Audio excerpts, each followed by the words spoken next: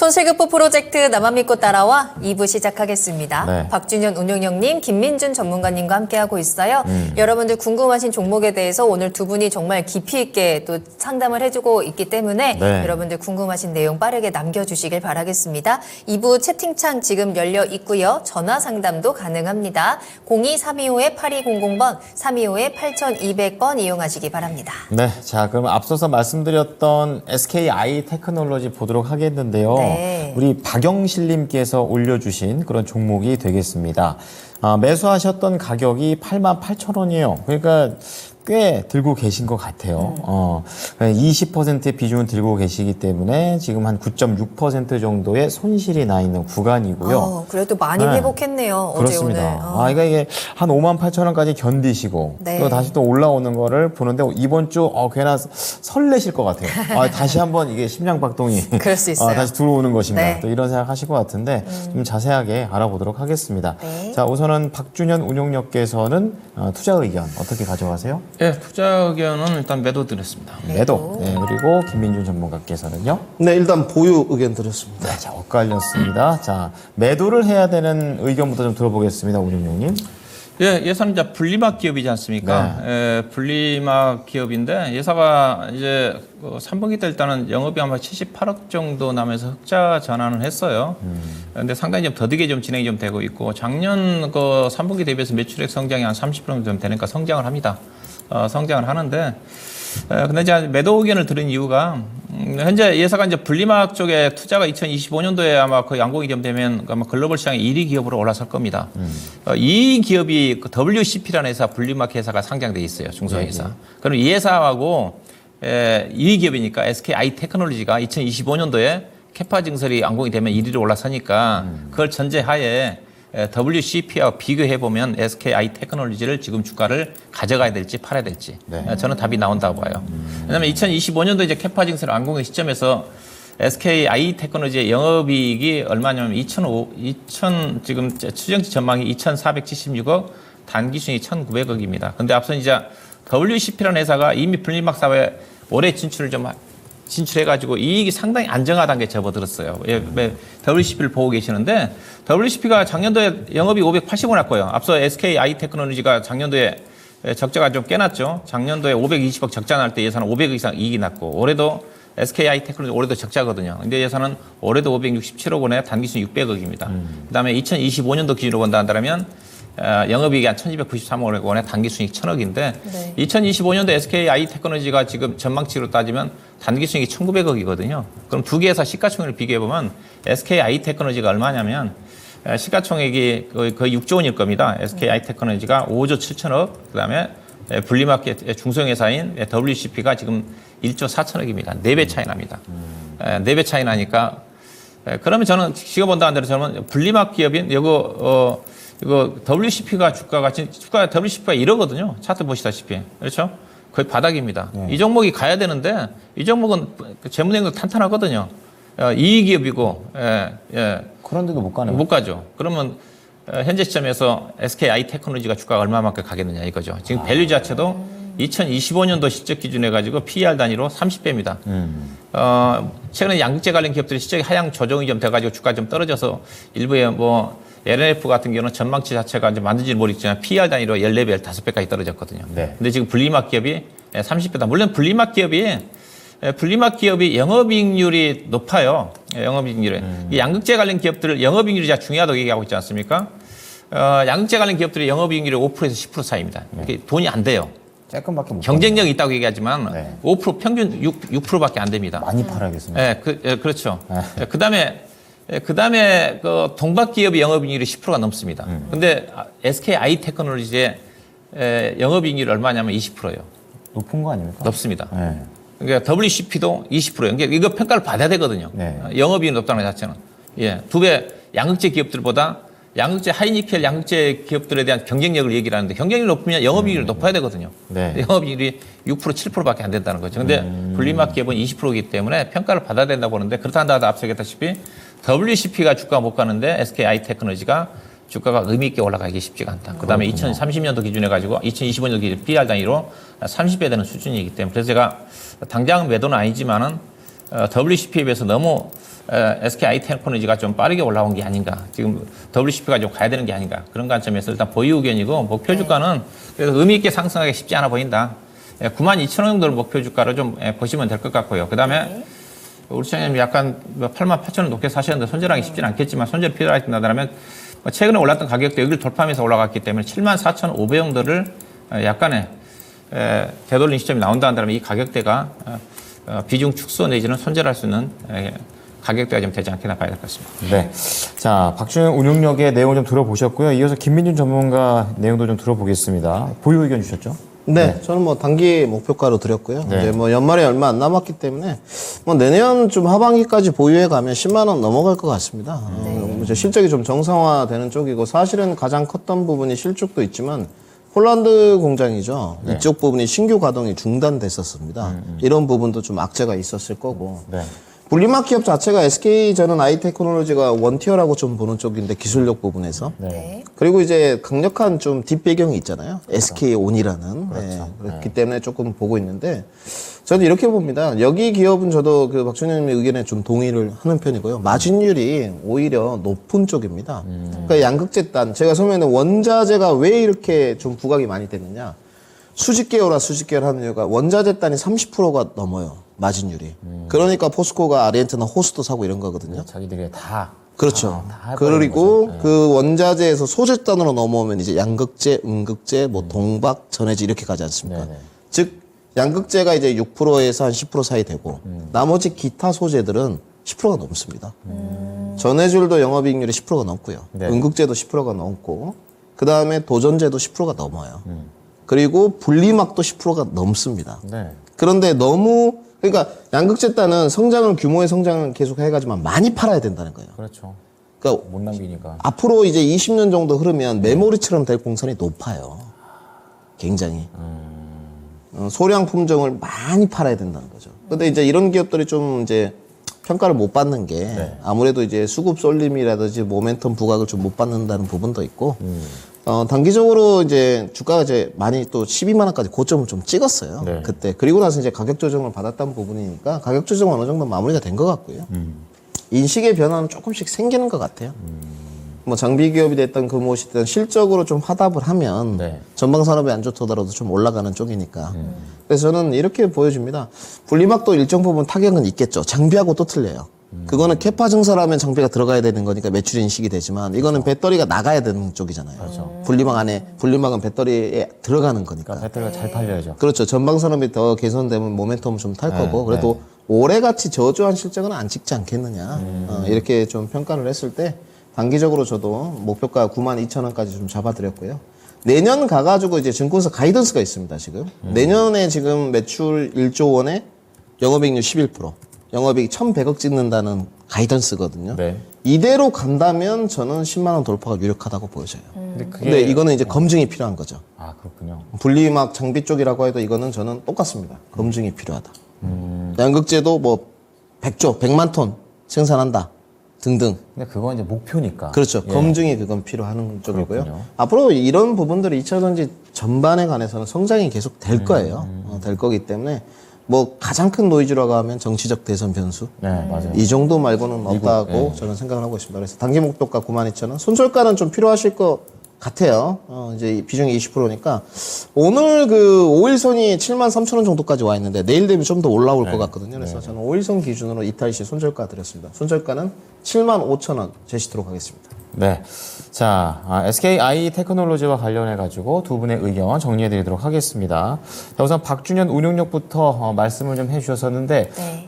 이제 보유로 바꾸셨어요. 그래가지고, 92,000원의 목표가, 그리고 손절가는 74,500원 제시를 하셨고요. 김민유 전문가께서도 단기적으로 봤었을 때 기준으로는 92,000원인데, 내년 이제 하반기까지 다 봤었을 때 10만원까지도 갈 수 있다라는 부분을 말씀해 주셨으니까, 네. 확인해보고 만약에 여유 있으시면 거기까지도 괜찮겠다라는 생각하고요. 75,000원의 손절가도 제시해드리겠습니다. 네, 우리 박영실님께서 진단 감사해요. 마음이 편해졌네요. 아, 라는 댓글 뻣뻣하죠. 남겨주셨는데 네, 그렇죠. 다행히 꼭 수익으로 나올 수 있었으면 좋겠습니다. 네. 자, 이렇게 여러분들 계속해서 궁금하신 내용들 남겨주시면요. 지금부터 스피드 종목 진단으로 두 분의 의견 들어보도록 하겠습니다. 궁금하신 종목명, 매수가 비중 남겨주시면 되고요. 매수 문의 보내주셔도 좋습니다. 전화 상담은요. 02-325-8200번, 325-8200번으로 열려 있으니까요. 전화 주시고 직접 이야기 나눠보시기 바랍니다. 네, 자 그럼 그걸 한번 테스트를 지금부터 한번 해보시죠. 어떤 걸요? 전화를. 네. 네, 시청자님 안녕하세요. 안녕하십니까? 예, 네. 연결을 다시 한번 이거 일단 해보도록 테스트 하겠습니다. 실패한 건가요? 아니 그게 아니었는데 이게 왜 이렇게 되죠? 제발 전화가 갔었을 때 받아주시기 바랍니다. 맞아요. 설마 스팸 전화 절대 아니니까 앞자리 꼭 02 이걸 시작하는 거 오면은 받아주시면 돼요. 네, 전화 주시면 두 분의 의견 직접 들어보시면서 또 구체적인 더욱더 깊이 있는 질문까지 해주실 수 있으니까요. 꼭 전화 상담도 많이 이용해 주시기 바랍니다. 자 다시 갑니다. 갑시다. 네, 시청자님 안녕하십니까? 안녕하세요. 네, 네, 반갑습니다. 잠깐 사이에 못 받았습니다. 아 참. 예. 더 반갑습니다. 그래서 네, 감사합니다. 네, 어떤 종목 궁금하세요? 저는 더구전자 좀 네. 궁금해서요. 얼마에 들어가셨습니까? 이건 8,900원에 들어갔고 20%가 되거든요. 아, 그러시군요. 네, 근데 이거 조금 오래 갖고 있었어요. 이게 한 9월쯤인가요? 아니요, 그 더. 이전에 갖고 있었어요. 더. 그때 당시 이제 제가 이제 이거를 못 봐가지고 네네. 매도를 못한 상태로 이게 14,000원 갔었었네요. 네네. 네. 그냥 가지고 있다가 지금 한번 종목 상담을 받고 어떻게 좀 좋아요, 결정을 내려볼까 했어요. 네. 전화 잘 주셨고요. 최근에 보니까 또 한번 튀어 올라가는 그런 모습도 나와줘가지고. 네. 그러니까 더우전자가 이제 더 갈 수 있는 건지 알아보도록 하겠습니다. 네, 아, 감사합니다. 네. 박준영 운영력 연결을 해 드릴 테니까 자세하게 한번 진단 받아보시죠. 네. 네, 안녕하세요. 안녕하세요. 그러면 1년 전에, 수고하셨습니다. 예, 안녕하세요. 1년 전에 최소한 사신 건가요? 네. 14,000원대도 넘어갔는데 그때도 못 파셨네요. 못 봐. 네. 근데 그때 혹시 한국에 어디 뭐 안 계셨던 거 아니에요? 해외에. 어떻게 하셨어요? 오, 진짜요? 가르치셔야겠습니다. 맞대요. 밖에 계셨겠죠? 네. 그러니까 네, 네. 예. 이게 밖에 계셔도 세 다 버는데. 로밍 안 해가지고 하면 못 봤죠. 편히 그냥 주식 잊어버리시고 아이고. 어디 네네. 여행 아까워라. 즐거운 여행 다니셨나 보구나. 네, 맞아요. 비싼 여행 갔다 오셨네요. 네. 지금 무조건 그래서 팔아야 되는 지금까지 건데. 갖고 있었어요. 그 더구전자 회사 자체가 그 스마트폰 쪽에 들어가는 그 카메라 뒤쪽 모듈 쪽에 들어가는 안테나라든가 그 끼게 되면 이물질이 구멍대로 들어가지 않습니까? 네. 그걸 방지하는 이물질을 제거할 수 있는 그런 쪽이에요. 이게 스마트폰 모듈과 관련된 뒤쪽에 있는 카메라라든가 또 안테나라든가 뭔가 되게 기술력이 요구되는 건 아닌 것 그건 같아요. 아니에요. 네. 이게 이제 이 회사가 이제 애플 밸류체인으로 알려져 있는데 애플로 직접 들어가는 게 아니라 이게 애플 밸류체인 대표적인 LG노텍이니까 LG노텍 카메라 모듈 쪽으로 들어가서 튕겨서 이제 가는 그래서 애플 밸류체인으로 LG노텍, 자화전자, 더우전자 더불어서 밸류체인으로 알려져 있기 때문에 애플 쪽과 관련된 재료가 나오면 스마트폰 관련해 가지고 나오면 주가가 움직이는 주식입니다. 근데 지금 나올 수 있는 게 애플이 지금 없죠. 내년도 하반기 때 이제 내년도 나왔죠, 연초에 이제 애플 그 신제품이 좀 출시가 좀 되겠지만은 근데 올해 거의 신제품이 모멘텀 끝났지 않습니까? 그렇죠. 다 나왔죠. 이게 이거는 애플 모멘텀 없으면 LG노텍도 마찬가지지만은 올라가기 쉽지 않아. 또 최근에 이제 애플이 중국 쪽의 판매량 자체가 좀 약간 부진할 거라는 전망도 있고 그래가지고 스마트 쪽에 대한 모멘텀이 지금 없어요. 예, 그렇다고 이 회사가 실적 밸류로 가기도 어렵죠. 왜냐하면 이 회사가 지금 올해 들어 지금 애플 신제품 판매가 나왔음에도 1, 2, 3분기 계속 적자거든요. 적자해가지고 올해 회사가 작년도에 실적은 상당히 괜찮았던 회사인데 그래서 올해 주가가 지금 올라갈 수 있는 앞서 애플 쪽의 모멘텀이 부각이 좀 돼야 되는데 1분기 때, 2분기, 3분기 때까지 계속 적자지 않습니까? 그래서요. 적자가 나가지고 근데 이 회사가 최근에 전환사채 발행을 통해 가지고 자금 조달까지 했어요. 이 회사가 자금에 문제는 없는 것 같고 알고 있는데 그동안 회사 발행을 안 한 회사인데 보니까 현금 흐름이 좀 작년에 올해 적자가 나면서 상당히 좀 안 좋아졌더라고요. 그래서 왜 이 회사가 전환사채 200억을 조달했을까 봤더니 이 회사가 지금 3분기 때 지금 현금 흐름이 마이너스로 나왔었고 이게 이제 안 좋은 케이스거든요. 재무활동 현금 흐름이 지금 계속 이게 검은색이라는 것 자체는 계속 돈을 조달하고 있다는 거거든요. 재무 활동은 마이너스해야 되거든요. 마이너스해야지 주주들한테 배당도 해주고 차입금을 상환하고 자기 주식을 산다든가 이런 경우가 재무 활동으로 현금 흐름이 마이너스가 나오거든요. 이게 플러스가 나오고 있다는 자체는 계속 지금 회사 사정이 안 좋으니까 자금 조달하고 있어가지고 최근에 200억인가요? 전환사채 발행한 것 같고 그다음에 현금성 자산도 445에서 200억까지 줄어들었거든요. 그래서 그렇다고 회사가 뭐 재무 내용 자체가 문제가 있는 회사는 아닌데 최근 들어서 꽤 자금 조달을 좀 했다. 이제 그런 어떤 부분들 염두에 좀 두셔야 되면 될 것 같고요. 그리고 주가가 올라가기 좀 어려워 보입니다. 참 아쉬운데 14,000원대 못 파셔가지고 지금 가격대 제가 보기에는 이거 뭐 10,000원대 쉽지 않거든요. 회사로 봐서는 현재로 봐서는 기술적으로 반등할 수 있는 목표 자체는 9,000원인 것 같고 대신 이제 14,000원대까지 다른 스마트폰 종목들이 이렇게까지 간 적이 없거든요. 네. 아마 이때 무슨 이슈가 있었던 것 같은데 그래서 스마트폰 관련 종목들은 전반적으로 실적 자체가 안 좋으니까 현재로 봐서는 짧은 기술적 반등 목표치가 9,000원인 것 같고요. 만약에 이제 9,500원이나 10,000원 정도 온다 그러면 미련 없이 파는 게 좋습니다. 14,000원대 생각하지 마셔야 돼요. 네. 이거 14,000원대 생각나가지고 못 팔면 이거 정말 쉽지 않습니다. 일단은 1차적인 매도 목표는 개인적으로 9,000원대인 것 같고요. 내년 하나 상반기 정도 가면 애플적인 모멘텀이 약간 부각이 좀 되면 10,000원대 정도 언저리 정도가 매도할 수 있는 적정한 좀 가격이 좀 되지 않겠는가 아쉽지만 그렇게 정도밖에 말씀드릴 수밖에 없을 것 같습니다. 저 때 잠깐 튀었을 때가 그 애플에서 쓰는 거 있잖아요. 그렇죠. 비전 프로. 그거 비전 때문에. 프로. 이게 약간 기대할 수 있는 것 자체가 비전 프로가 올해 이제 6월 달에 그 제품을 공지를 출시 발표했지 않습니까? 맞아요. 근데 가격이 높아가지고 그때 별로 주목을 못 받았는데 비싸요. 본격적으로 이제 그때 공개를 했고 출시는 내년도 1월 달에 출시합니다. 그쵸. 내년 1월 달에 CES 2024에서 거기 발표를 할 거고 그때는 좀 이제 약간 보급형적으로도 약간 가격이 낮은 쪽으로도 발표를 할 거란 전망이에요. 그렇지 않으면 누가 삽니까? 그때 이제 돈이 많아야 만약에 될것 같은데. 비전 프로가 그 예상했던 대로 판매 자체가 가격이 좀 떨어지면서 괜찮다. 그러면 그때 좀 움직일 거예요. 네. 시간이 좀 필요하네요. 네. 근데 비전 프로 관련 부분 자체가 개수가 많이 안 들어가지 않습니까? 스마트폰이 그래도 이거 스마트폰 관련 같은 앞서도 브라켓이라든가 스티퍼라든가 이 회사 주 제품인데 이물질 제거하는 것 자체가. 그런데 비전 프로는 몇 개 안 되거든요. 예, 삼성전자가 지금 내년도에 비전 프로 12월 달 출시 목표라고 있는데 3만 개 정도를 목표로 하고 있을 정도니까 얼마 안 돼요. 그렇군요. 이게 모멘텀이 그때 좀 나올 것 같습니다. 네. 자, 시청자님, 어쨌든 손실은 안 볼 수 있는 구간이 있어요. 그러니까 네. 더 좋은 종목으로 갈아타 보시는 것도 좋을 것 같습니다. 네. 예, 알겠습니다. 예, 해결되셨죠? 네, 감사합니다. 네, 감사합니다. 고맙습니다. 감사합니다. 네, 더구전자였습니다. 네, 여행 가실 때 꼭 로밍 해 가시길 바라겠습니다. 중요한 것 같아요. 근데 저거 그냥 인터넷, 진짜.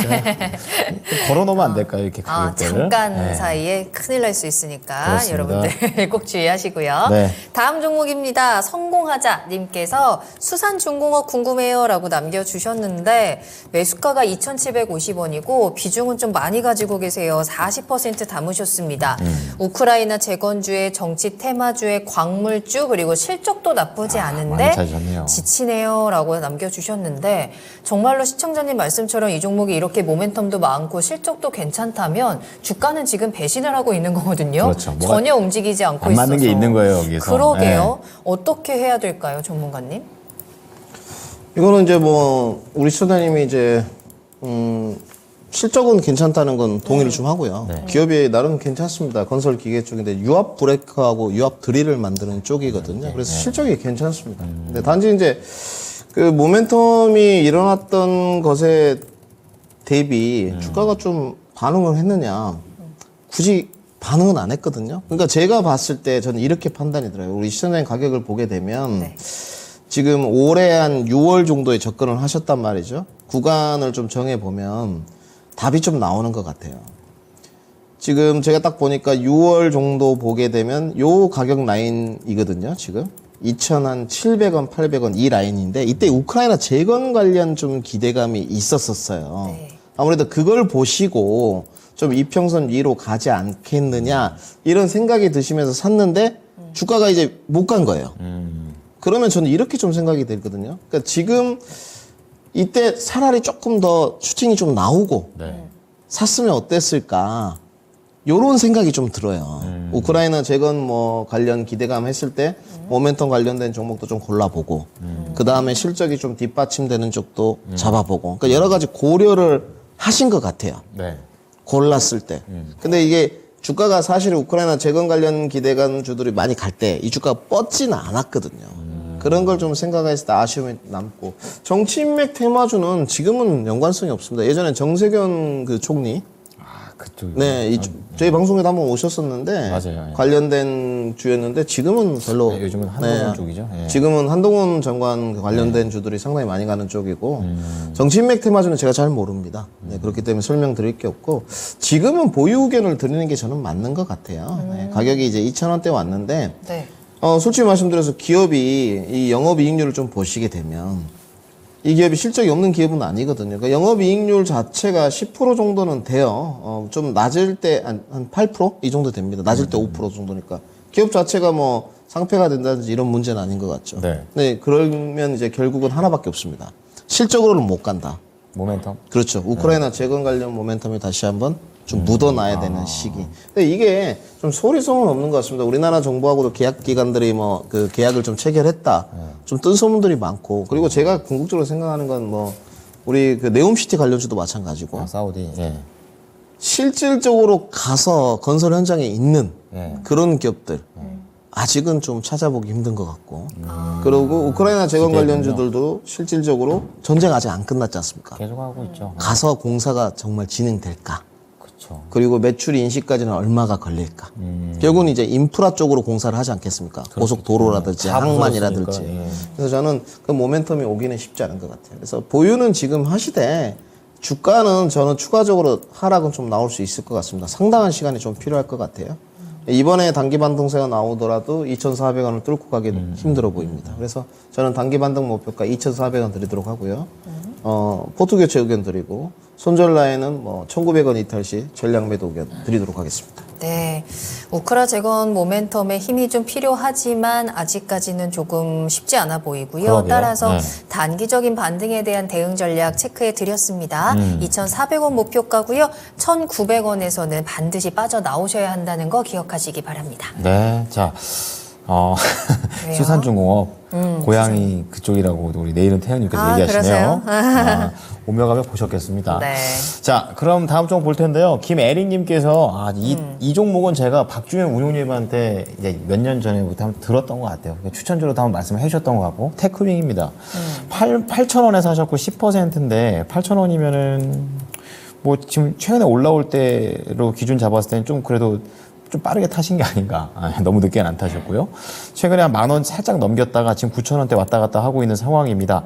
뭐 추가 상승이 가능한 건지 저러한 기세 계속 나와주는 건지 주봉상으로 되게 좋은 것 같더라고요. 알아보도록 하겠습니다. 운용님 테크윙 어떻습니까? 네, 제가 한 2년 전에 관심이 맞아요. 갖고 있지만 지금은 관심 안 갖고 있는데요. 네. 예사가 이제 뭐 테스트 쪽이니까 후공정 쪽이거든요. 네. 지금 뭐 반도체 자체가 HBM 반도체, 원 디바이스 반도체 자체가 지금 후공정 쪽에 관련되어 있기 때문에 그렇죠, 장비도 맞아요. 후공 쪽에 관심을 가져야 되는 건 맞습니다. 이 정도 네. 이제 테스트 쪽이니까 후공정 쪽에 관련이 돼 있다고 봐야 될 것 같고 주 거래처 자체가 SK 하이닉스와 미국의 마이크론 테크놀로지라고 좀 봐야 될 것 같고요. 네. 근데 예사가 그 주가가 많이 올랐어요. 차트를 보시다시피. 예사가 무상증자를 했거든요. 무상증자 한 1년 정도 했을 것 같은데, 그러니까 무상증자 가격이 100% 했어요. 2만 원짜리 주식이에요. 반도체 업황이 좋을 때 종목이 많이 갈 때가 24,000원, 5,000원이에요. 네. 그러면 주가가 지금 최근에 만 원까지 찍었으면 2만 원짜리 주식이거든요. 그리고 예사가 대부분 반도체 장비 회사들 실적이 안 좋지만은 후공정 장비 회사임에도 불구하고 예사가 지금 3분기까지 적자입니다. 3분기 때도 파생상품 손실이 한 180억 정도가 적자가 좀 많이 났고, 근데 주가는 좀 많이 올랐어요. 그 다음에 예사 수주잔고를 보시게 되게 되면 현재 수주잔고가 보니까 9월 3분기 말 기준으로 해가지고 보니까 220억 정도밖에 안 되더라고요. 이게 작년 3분기 말에 얼마였냐? 690억이었습니다. 690억이니까 220억이니까 뭐 대부분 이제 반도체 회사들이 그렇다 한다 하더라도 실적이 건도박질 치고 있기 때문에 저는 장비 회사들 같은 경우 실적이 안 좋으면 오늘처럼 이렇게 주가 떨어질 때 가장 영향을 많이 받습니다. 이게 기대감 때문에 업황이 좋아지니까 결국은 좋아질 거라는 것도 앞서가는데 막상 실적이 안 따라주면 주가가 떨어질 때는 투자 심리가 불안해가지고 그렇죠. 팔 수밖에 없거든요. 삼성전자, SK 하이닉스 같은 경우는 반도체 파이 바닥 찍었기 때문에 세게 안 좋다 한다 하더라도 버틸 수가 있습니다. 대형주식. 근데 중소형 종목들은 좋아진다고 흑자 전환한다고 샀는데 당장 실적이 안 좋으면 주가가 영향을 받을 수밖에 없어요. 그래서 반도체 장비 회사들은 제가 보기엔 내년도 상반기 정도까지 실적은 계속 저는 안 좋게 나온다고 보고 있거든요. 특히 메모리 전공용 장비 회사들을 중심으로 해가지고 그래서 예사 같은 경우도 후공정임에도 불구하고 너무 실적이 안 좋다. 그런 부분을 감안해서 또 주가도 예사가 차트 보시다시피 지금 거의 올라왔지 않습니까? 그렇죠. 거의 지금 보시게 되게 되면 최고치가 2022년도에 11,700원대가 고점이었으니까 무상자 기대 주가가 22,300원이거든요. 그러니까 주가 지금 현재 2만 원짜리예요. 그럼 이거는 올라가기 쉽지가 않습니다. 최근에 차트 보면 계속 부딪히죠. 이건 매도하셔야 돼요. 예, 잘 사셨는데 15,000원 사셔서 욕심 부리시면 안 됩니다. 이건 10,000원 넘어가기가 쉽지 않습니다. 그래서 아마 약간 반등 나오면 9,800원 이 정도 좀 매도하셔가지고 다른 종목 쪽으로 교체하는 전략이 필요할 것 같습니다. 네, 자, 테크윙입니다. 후공정 장비라는 그런 좋은 포지션인데도 불구하고 그 이상의 그런 퍼포먼스를 내지 못하고 있다는 부분에 포인트를 맞추셨어요. 9,800원의 목표가를 드릴 테니까 그 언저리에서 한번 마음을 결정해 보시기 바랍니다. 네, 다음 상담 전화 연결하겠습니다. 시청자님 안녕하세요. 안녕하세요. 네, 수고하셨습니다. 네, 반갑습니다. 어떤 종목 궁금하세요? AP 유생이요. 예. AP 위성 매수가랑 비중 어떻게 되실까요? 예, 14,000원에 30%요. 최근에 매수하셨겠어요? 예, 얼마 안 돼요. 그러네요. 근데 어제 오늘 조금 내려가고 있는 상황이고 손실 구간이신데 어떤 게 예. 가장 궁금하실까요? 글쎄 이게 얼마까지 갈 수 있는가 해서 전화 드려봤어요. 알겠습니다. 앞으로의 전망과 목표가 한번 잡아볼게요. 김민준 예, 전문가님과 자세히 이야기 나눠보세요. 예. 네. 네, 선생님 안녕하십니까? 네, 수고하셨습니다. 선생님 보니까 9월달 정도에 사셨네요.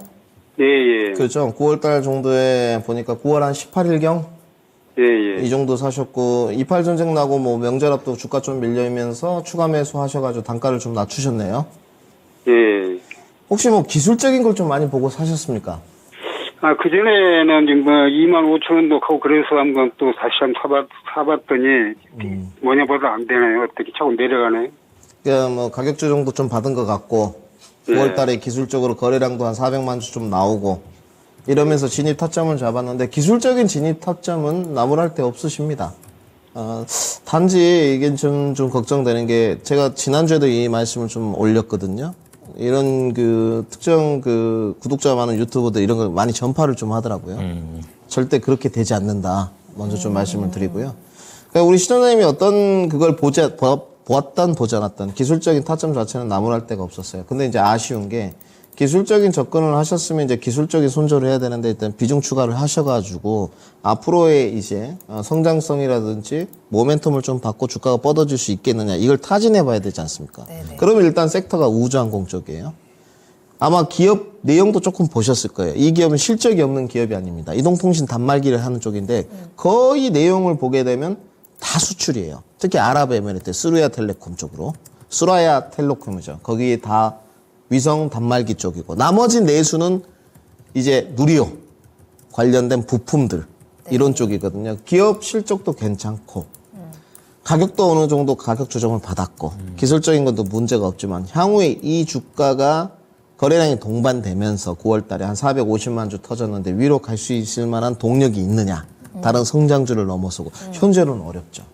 그래서 이런 기술적 타점을 고려했을 때 주도주 쪽에서 고르시거나 아니면 우리 시청자님 제가 봤을 때는 전화 연결이 되는데 구력이 좀 되셨어요. 지금 생각보다는. 딱 보면 제가 알거든요. 그런데 이제 앞으로 그러면 모멘텀이 올 수 있는 걸 보게 되면 내년에 누리호 4차 발사거든요. 그게 지금 이제 정부 정책안으로 나와 있기 때문에 내년 하반기 쪽에 된다고 해요. 올해 지금 3월 달에 26,000원까지 간 이유가 누리호 3차 발사가 4월인가 5월에 있었죠. 네. 그러면서 주가가 갔던 거거든요. 결국은 주가를 끌어올린 요소는 강력한 누리호 발사에 대한 모멘텀이었다. 이 종목은 이렇게 접근을 해야 됩니다. 일단 가격은 제가 봤을 때 실적이 있는 기업이라서 하방 경직성은 좀 확보했고요. 결국은 이 주가는 지금 기술적인 접근을 할 수밖에 없습니다. 박스권 상하단을 봐보면 하단은 이제 11,000원 정도 보시면 되고 중단이 이제 한 13,000원, 12,500원. 이제 상단이 한 15,000원 보시면 돼요. 여기를 돌파하기 위해서는 조금 더 보유가 필요하다. 시간 투자가 좀 더 필요합니다. 그러면 이제 우리 시청자 결정을 좀 해야 돼요. 저는 이렇게 하고 싶습니다. 우장공이 아무래도 뭐 반도체라든지 2차 전지라든지 자동차, 뭐 자율주행 쪽을 넘어가긴 힘드니까. 네. 지금 본전 오셨을 때 비중 축소 의견을 15% 드리도록 하고요. 미련 없이. 아마 시청자님이 어제도 지금 15,000원 오셨는데 안 파셨을 거예요. 이게 쉽지 않아요. 왜냐면 지금 넘어가고 241선은 넘어가고 안착하고 주가 뻗어질 수 있기 때문에 이렇게 생각하시거든요. 네. 저는 차라리 연말장이고 해서 15% 정도 본전에서 비중 철수하고 나머지 것만 조금 수익 관점으로 가져가 보자. 주가가 어차피 6개월 선반영이니까. 그리고 지금 이 주가가 넘어가려면 지금부터는 박스권 하단을 절대 이탈하면 안 됩니다. 기간 행보로 계속 가져야 된다는 점까지. 저는 내년까지 좀 보유는 안 하고 단기적인 상승 주가로 봤을 때 어디까지 갈 수 있을지 이걸 좀 써드리겠습니다. 최대치는 제가 봤을 때 모멘텀이 붙은다면요. 슈팅이 나왔을 때 16,400원 언저리로 보여집니다. 우리 시청자님 제가 봤을 때는 많이 보면 2만 원도 보셨을 것 같고 적게 보면 17,000원 정도를 보신 것 같은데 거기까지는 뭐 기술적인 관점을 제외하고는 시황적으로는 좀 어렵다. 손절 라인은 따로 제시 안 하고요. 실적이 있기 때문에 네. 저는 목표가만 잡아드리도록 하겠습니다.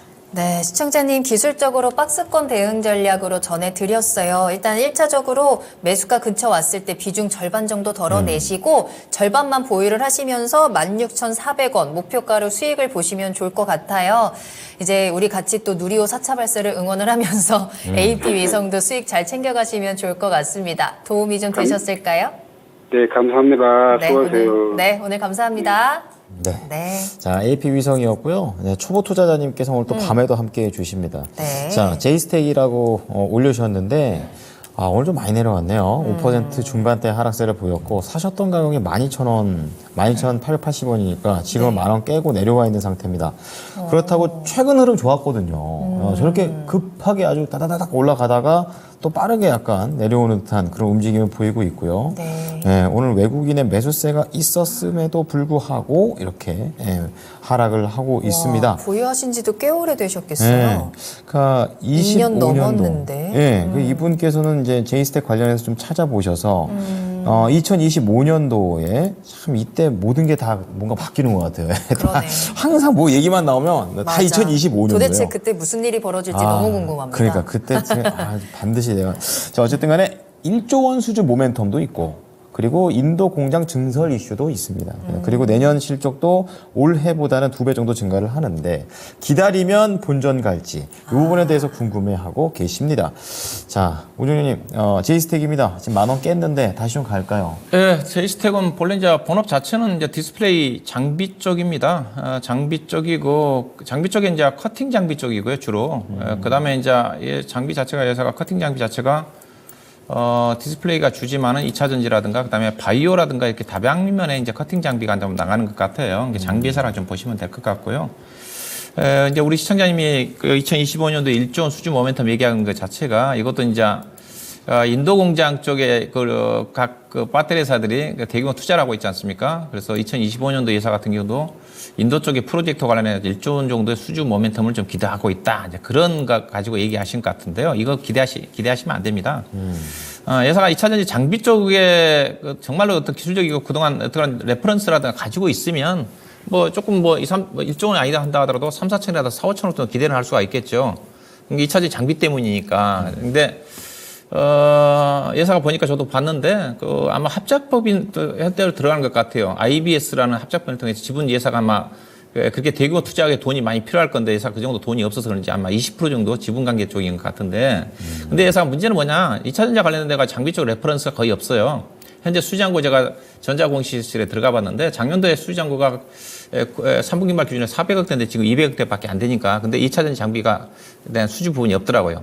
지금 정도 2차 전지와 관련해가지고 장비 쪽과 관련돼가지고 향후에 또 기대감을 갖기 위해서는 어느 정도 레퍼런스가 있어야 됩니다. 그게 없다고요? 그렇죠. 예사가 이제 기술력 자체는 뭐 전국 공정이라든가 활성화 공정이라든가 그런 어떤 수행할 수 있는 어떤 기술력 솔루션을 가지고 있다고 얘기를 하는데 아직 레퍼런스가 없기 때문에. 인지도가 그렇죠. 떨어지네요. 2025년도 1조 원 규모 자체는 거의 잊으셔야 될 것 같아요. 그래서 지금 그런 또 부분이랑 염두에 좀 두시고 그럼 주가 어떻게 봐야 되느냐? 현재 주가는 제가 보기에는 그렇게 뭐 수주가 있으면 그 기대감을 가질 수가 있는데 수주가 없기 때문에 그 자체 기사 내용 자체는 현혹돼서는 안 될 것 같다. 그래서 이거는 밸류상으로 지금 이 회사 시가총액이 1,700억짜리 회사거든요. 올해 예사가 지금 3분기 때 적자 났잖아요. 3분기 때 적자 났고 8억 적자 났고 올해 연간으로 따지면 57억 정도 이익을 날 거란 전망인데 2025년도에 이제 3,300억 원에 400억 정도 영업의 당기순이익 손실 이익 300억 정도 예상을 300억 정도 나오면 시가총액으로 따지면 예사가 충분히 15,000원, 2만 원 정도까지 갈 수가 있습니다. 그런데 2025년도에 대한 기대치 자체는 네. 조금 더, 왜냐하면 당장 3분기 때부터 실적이 나와야 되는데 이제 적자라는 부분을 염두에 두시고 그래서 실적이 나올 때까지는 주가가 의미 있게 또 확실하게 수주 관련 부분 자체가 모멘텀이 나오기 전까지는 주가는 기술적으로 지금 딱 답이 이 정도 나와 있어요. 보면 이거 차트로 본다는데 이건 딱 이렇게 매매하면 되지 않습니까? 이거 8,000원대까지는 내려오진 않겠지만은 네. 8,000원과 11,000원 사이의 등락 구간이에요. 그러면 이거는 어김없이 11,000원 올라가면 특별한 대규모 수주가 정말로 가셔야 되는 게 터지지 않으면 이거는 11,000원대에서 계속 저항입니다. 이런 매매를 하셔야 되겠죠. 여기 팔아야 되겠죠. 11,000원 부딪히면요. 그러게요. 네 차례 저항이지 않습니까? 그럼 이 종목은 딱 매매하면 현재로 봐서는 9,000원 정도 시장 여건 형성돼서 9,000원 정도는 저점, 그 다음에 11,000원 정도가 고점. 네. 9,000원과 11,000원 정도 사이에서 20% 수익이잖아요. 이 사이의 등락 구간을 염두에 두시면 됩니다. 비중이 18%인데 그래서 수익 내기는 쉽지는 않아 보여요. 제가 의미 있게. 수익 내기 위해서는 9,000원 정도 내려온다는 비중도 10% 정도 늘리셔가지고 11,000원 정도 올라가면 매도하는 관점. 그 다음에 앞서 제가 뭐 잘못 아직 모르겠지만 만약 수주가 터진다. 그럼 그때 이제 따라가도록 12,000원대 또 올라서면 되겠죠. 그래서는 현재는 11,000원대가 매도할 수 있는 적정한 가격이라고 보시면 될 것 같습니다. 네. 네. 자, 11,000원과 9,000원의 박스권 비중 조절을 해가지고 수익으로 낼 수도 있지만 또 다른 모멘텀을 기다리는 방법도 있습니다. 최대한 이 11,000원을 깨기가 좀 쉽지 않다는 거 기억하시면서 대응하시죠. 네, 종목 다음 하나 더 봅니다. 꽉 찹니다. 박미자님, 네, 잘 오셨고요. 신흥 SEC 가지고 계시네요. 매수가는 49,000원에 비중 17% 가지고 계십니다. 부탁드립니다라고 하셨는데 신흥 SEC 오늘 41,900원에 거래 마쳤고요. 좀 내려왔네요. 많이 내려와 있는 상태고 그래도 최근에 좀 반등은 나오지만 아직까지는 의미 있다라고는 보기는 조금 어려울 것 같습니다. 시청자님 좀 손실로 고생하고 계시는데 어떻게 도와드릴 수 있을까요? 네, 이건 제가 해드리겠다고 했습니다. PD한테 미리 좋아요. 요청해서. 제가 오늘 네. 나비따 마지막 방송이기 때문에 그 비밀이었는데. 신흥 SC에 관해서는 꼭 설명을 드려야 될 것 같아요. 네. 저는 이 종목을 추천을 실제로 해봤고 수익을 좀 많이 창출했었습니다 이때. 근데 이제 제가 삼성의 SDI 계열을 정리해드리면서 네. 2년 전부터도 제가 계속 정리를 해드렸거든요. SDI 향으로 이제 가게 되면 양극재 따는 에코프로비의 뭔가 이제 JV고요. 합작법인 쪽이 많고. 그리고 이제 이 부품 쪽으로 가게 되면 상신 EDP, 캔케이스, 캡 어셈블리, 신흥 SEC. 그리고 이제 삼성은 화학회사가 없지 않습니까? 네. 그렇기 때문에 접목을 하는 게 한솔케미칼과 이수화 이런 쪽입니다. 이쪽에도 전고체 개발을 하고 있고 이게 또 장비업체로 가면 하나기술까지. 네. 여기가 삼성 SDI와 함께 한다고 보시면 돼요. 지금. 그러면 부품 쪽에서는 거의 저는 신흥 SC가 독보적이라고 봐요. 이 회사에서 이제 견줄 수 있는 게 그때 박준영님이 말씀하셨던 상신 EDP 정도.